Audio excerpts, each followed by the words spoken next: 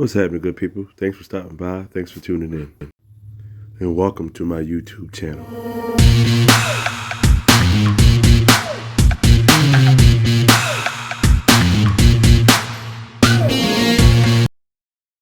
I'll be talking about emotional intelligence for men.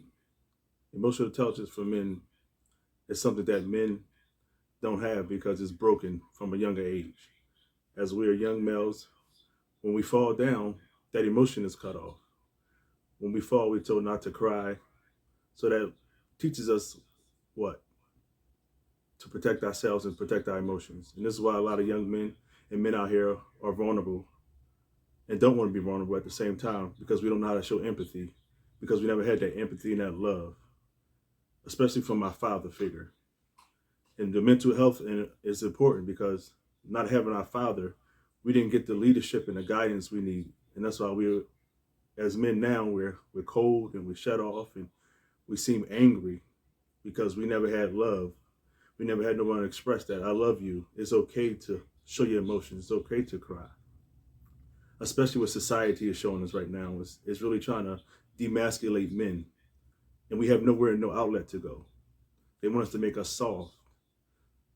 And that's tough to deal with as a man, because if you show your emotions, then you're labeled as soft and you're labeled as other things. And it's hard to be expressive when you don't know how to express yourself. So this forms the anger.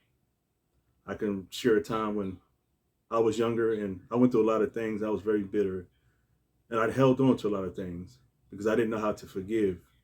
That's the freedom to life, is to be able to forgive. Yes, they hurt us. Yes, they belittled us. Yes, they walked out on us. But it's time that we have to apologize and accept other people's apologies and move on with our life.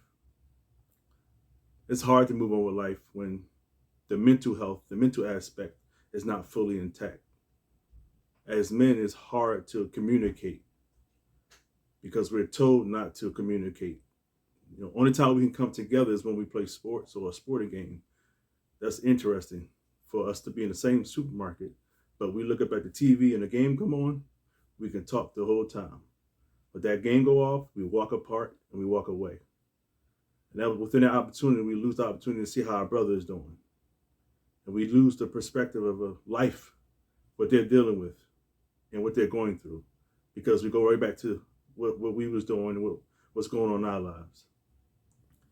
The challenging factor of being a man is not growing up with the principles of being a man. That's very challenging because you go through life looking like you're weak when you don't understand certain things. We don't have the guidance as men because we're torn, we're broken, and we're very fragile. That's when our ego comes in. It's hard as a man because when we're out here, we're trying to do the right thing and things are not going our way. What's our answer? Who do we turn to? What results do we want to have in life? And it's hard to figure out what we want to do in life when we never had the time to sit down and think about who we are and how we want to make the impact. Because we live our lives sometimes seeking for acceptance.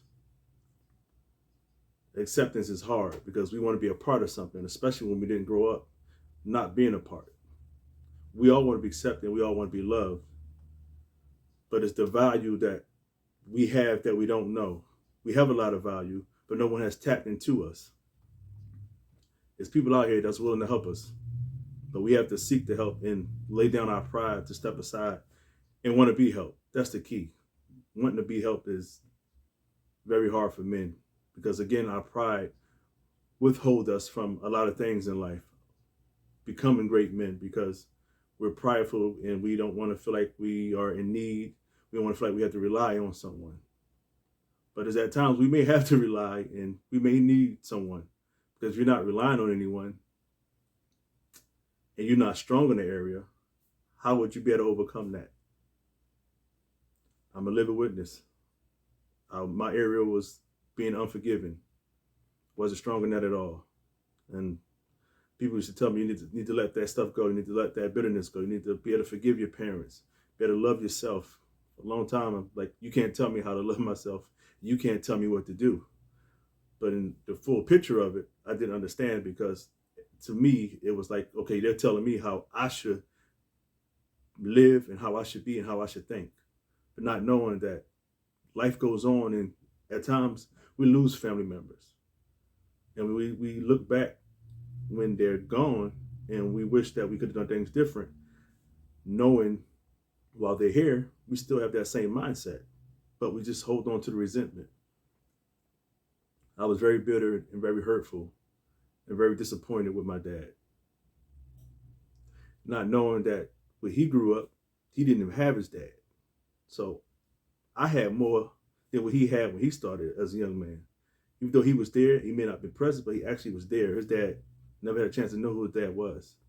So he never had a chance to be able to get leadership and be able to understand what it's like to do certain things or experience, just walk down the street with his father, going to the store. And I had some of those experiences. I sat with me and my dad at football games and sporting events and just be able to spend time with each other. A lot of young men don't have that. And I'm very grateful for the opportunity that I did have in spending with my dad. The times that we don't have, we wish we cherish. But the times that we do have, we don't cherish. So now it's time to cherish yourself with the time that you do have. It's very important to cherish yourself.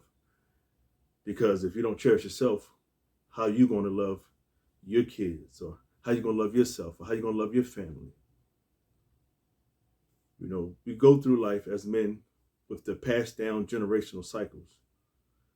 And we never take the time out to figure out, why am I like this? Or who's like this in my family, so we can understand it's time to break those curses. Because a lot of our young men out here are looking up and wanting the older men to step forward in their lives.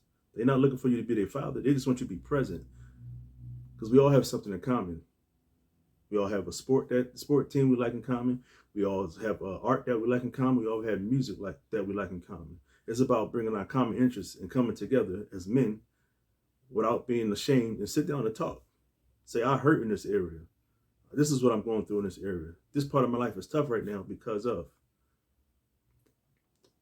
The key to life is loving yourself, forgiving others,